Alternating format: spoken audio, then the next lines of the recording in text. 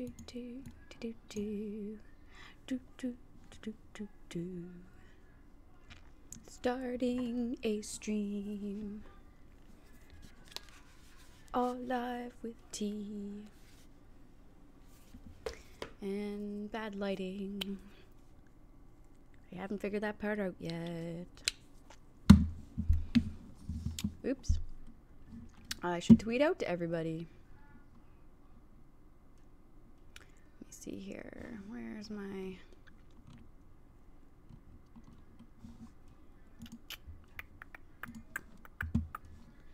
I don't know how many people are going to be here this morning, so this might be a terrible idea, but we'll try anyway. You never know, maybe more people are around in the morning than they are at the night. Maybe everyone's Saturday morning, so they're having tea like me or coffee. I guess it's close to noon here, so maybe every...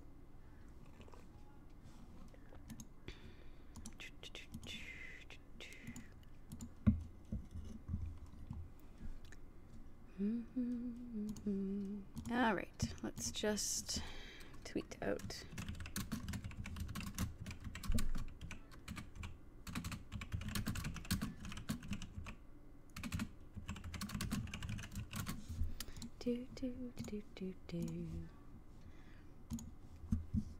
Unless everybody's still, you know, could be... Oh, I see there's 2 people here. Hello, silent viewers. I just logged on to talk about comics. Mostly talking about, I got a fancy tablet. Whoops. It's the Amazon Fire tablet that I got for Christmas, and that's what I'm putting my digital comics on, which is nice. And this is what I was reading last night. Let's see if you can... Oh, of course, that's going to happen, right? Green screen.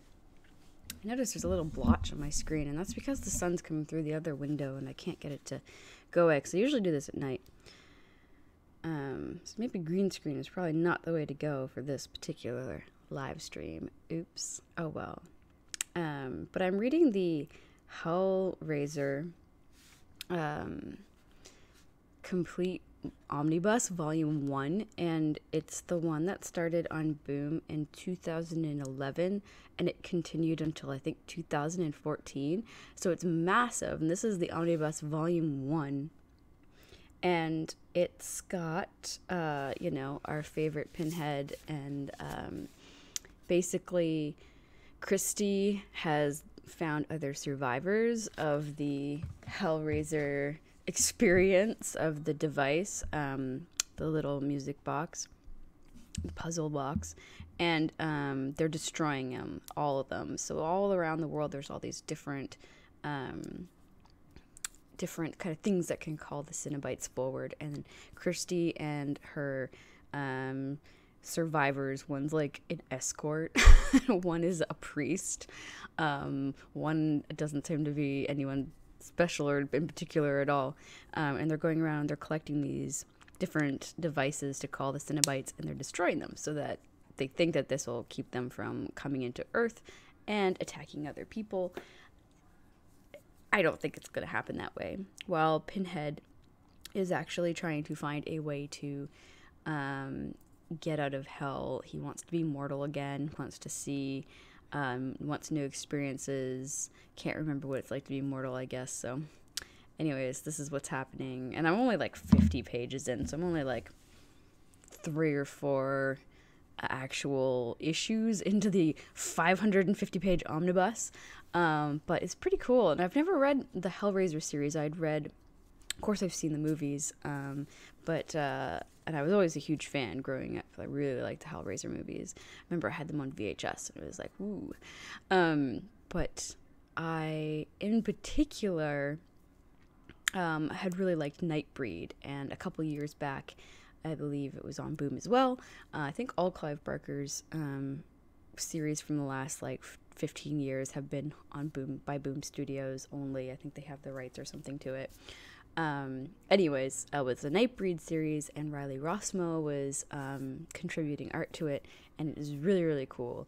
If you know anything about Nightbreed, there was this cult classic movie. It tanked hardcore in the box office, but the the comic was really great. And there was an old one too, I believe, that came out like back in, when Nightbreed first came out. I think, well, Nightbreed came out in the 80s. I think the comic book series came out in like the 90s.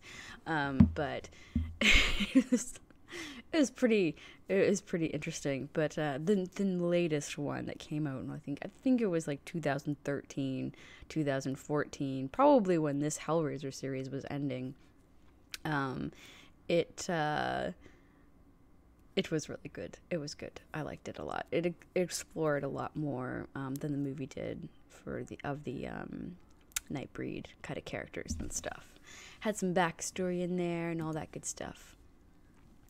But yeah, so I just started reading that last night. So this tablet, the Amazon Fire tablet, not too bad actually for reading comics on. I actually, there you go. Actually quite like it. And it was only $100. Like, it was super cheap. I didn't want to spend actual money on a tablet. I didn't want to spend more than $100 on a tablet because I'm cheap. It's like, it's a piece of, it's just crappy technology, really. I mean, it's going to be outdated in like a year. So why spend that much money on it? Oh, hey, Alex, the comic hoarder. Thank you for the background. Yeah, thanks about the background. It's a little bit weird from the sun and the lighting. I haven't got all my lighting up yet, but this Amazon Fire tablet comes with a book app, and it'll read comics just fine as long as they're PDFs. But sometimes I do find that it does actually kind of screw up, and I don't know, it's just like it won't work. It'll freeze and then quit, especially if you like go away and like go out of the app to another app and then come back to it. It won't save your spot, so I don't like that. So I'm just using a PDF reader that was built into the actual tablet. It's just called PDF Reader. It's just Amazon's PDF reader app, and it works great. And you scroll downwards, so look how dirty it is. You just scroll downwards, and that works great. Yeah, so I think, for $100 and you want something to read digital comics on, you can't really go wrong with this. I think if you buy your digital comics through Amazon, they'll probably be the right, they probably won't be PDFs, and therefore they'll be easier to read on the actual built-in book app. It's just called Books, Amazon Books. So you can buy your books through Amazon or Comixology. I get mine from the publishers because they're review copies. So obviously I'm not paying for PDFs, but or I'm not paying for comics, digital comics. So mine are just all review comics, but that's why mine have like watermarks and stuff on them. And you'll see when I'm doing reviews, sometimes you'll notice some of my actual comic images that I'm using to describe. They'll actually have watermarks from the label on the artwork, which is kind of irritating when you're trying to display the artwork, but yeah, what can you do? They're free. I can't really complain, really. Let's see. Oh, I'm reading something. I read some stuff last night. Oh, I finished I caught up to date with Lazaretto, and I don't know if you saw, I did a review of issue 1 when it first came out, and that was probably back in October. I think Lazaretto 1 came out. They're not now at Lazaretto 4 came out this month, and I would show it to you, but the tablet doesn't see how the green screen, maybe if I, yeah, no matter where I put it, it does that. What am I saying? Like I'm like still new to green screens, so I still screw up all the time. But if I go to my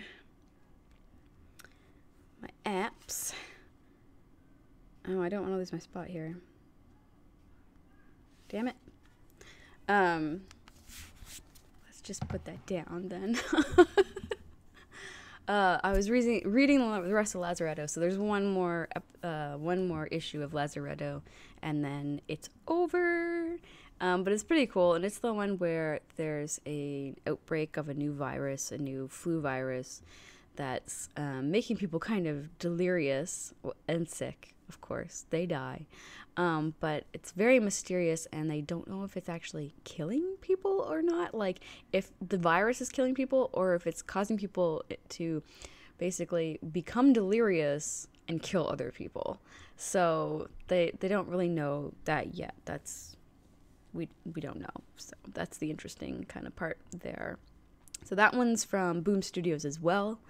This was a weird year for Boom Studios. I've been writing at my top 10 lists for 2017, and I didn't have a lot from Boom this year. There's a lot that I wanted to include, but I just didn't feel like they really belonged, I guess, on my top 10 list. It ends up being quite a mishmash, with mostly stuff from Aftershock. After I look at my list here, and it's predominantly Aftershock comics. But they just put out so many amazing comics this year. So they just finished putting out There's Nothing There, with this amazing new artist. I think, well, she's new to North American comics. She's Spanish, I believe. Her name's Maria Lovett, I believe, and she's done so many comics. I think is she Italian or she's Spanish? I think she's Spanish. I have her on. I've been following her on Instagram, and so I'll see things pop up, and I either has someone translate for her, or she is fairly good at English. She must be fairly good at English, I would assume, if she's working on English comics now. But that one was really fantastic. I really loved that one. What else? Oh, I was a big fan of what's it called? Eleanor and the Egret, which was Sam Keith's kind of return to comics. And I guess, everybody kind of, I think people underestimated that whole thing. Like, I mean, I missed Sam Keith, and I wanted him to come back way before he did. But yeah, it's been a while. And I guess because they were serializing the Max, that they thought, with the new covers and everything, that, Sam Keith just didn't have to do anything else. But I really wanted him to come back and do stuff because I missed his work. And of course, he didn't write Eleanor and the Egret. It's somebody else's writing, which is kind of interesting because I've always really liked his writing. And this is like a very whimsical story, and his artwork goes really well with it. But I really just want to see him writing again. That's what I liked. I liked his artwork, of course, but I liked his writing. So hopefully that will happen. I don't want to give away my entire top 10 series list. I guess it doesn't really matter because I'm going to do a separate video on it, and I'm doing a separate video for my top comics or graphic novels, so rather than series. That one is really hard for me to do because I felt like there were so many good graphic novels this year that I wanted to put on that, and I just had a hard time deciding what to stick on there. Just flipping through my list here. And I think I own most of the comics that I've put on my list, I can actually show them off in the videos, which is nice.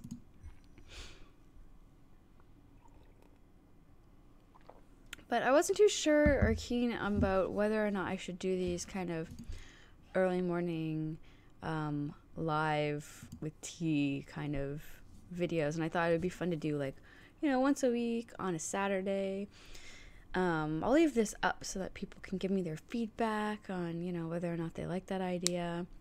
I always go to the gym Saturday afternoons, so Saturday mornings I'm usually just gaming, which I was actually just going to live stream a game, but then I was like, maybe I'll just talk about comics instead, because I'll probably be gaming tonight, so I'll probably live stream that or something, but I never know. I'm like, do I do it on Twitch? Do I do it on YouTube? Do I do it on both? I don't know. Anyway. But yeah, let's see, what else was I reading? Last night I just was laying in bed. I didn't really want to do anything, so I just went through a bunch of comics, of course. One that I was gonna open up that I keep not being able to finish it is Jupiter's Legacy. I keep having it. The volume 2 just came out not too long ago. I guess it's a couple months ago now, and I keep meaning to sit down and read it. But because I got behind and I didn't get to read it when it was serialized like I did with the first volume, I just kept putting it off because I'm like, oh, well, I have the whole volume. I'll just sit down and binge read it. And then there's so much other stuff that's currently serialized that I have to read. And then I just kept putting it off and putting it off. So that's like on my list for this weekend. I am going to read that because it's about bloody time, especially considering we waited so long for it. I have to finish catching up with Redlands and the second issue of Port of Earth that came out. I finished reading Mech Cadet U, which was really great, which also came out from Boom Studios. I think that one's going on my list. I don't know. It might not. It may or may not. It's good. I haven't decided yet. And it's much more of a child-friendly kind of book. Maybe I need a separate list for the child-friendly books. I don't know. We'll see. I've also got the Street Angel hardcovers. So they've, which is kind of interesting, instead of just putting out floppies, they've been doing these Street Angel hardcovers only from Image, and they come out every few months, I feel like, because I've got a couple, and that's Rug and Marika. They've been doing Street Angel together for years, and I guess it's gaining a lot of popularity and traction, and they put out these really, really lovely hardcover books. I believe I've covered them a few times over the years in different articles and things on my website. Of course, if you don't know, my website is thefrogqueen.com, and there's lots of articles on there besides just videos. And that's something that I'm going to do for the new year, is actually write more articles again, because I used to write an article like every 2 days on thoughts on comics. And then I got into videos and I kind of slowed down on the article writing, and it's been pretty abysmal for the actual articles. So I was like, I should just get back into writing again. So it's just not videos all the time. But yeah, that's something that I have to just make myself do, because I haven't been doing it. And I mean, a lot of this is too because I'm starting my own business in comics, and you know, I'm busy with that stuff, so it does slow me down quite a bit. One of the other comics I think that I was reading, what was I reading last night? Oh, Royal City, because that was another one that I really wanted to read serialized, and I missed the first one, and then I was like, oh well, maybe I'll just read it as it's like all combined together, you know, in a nice neat little package.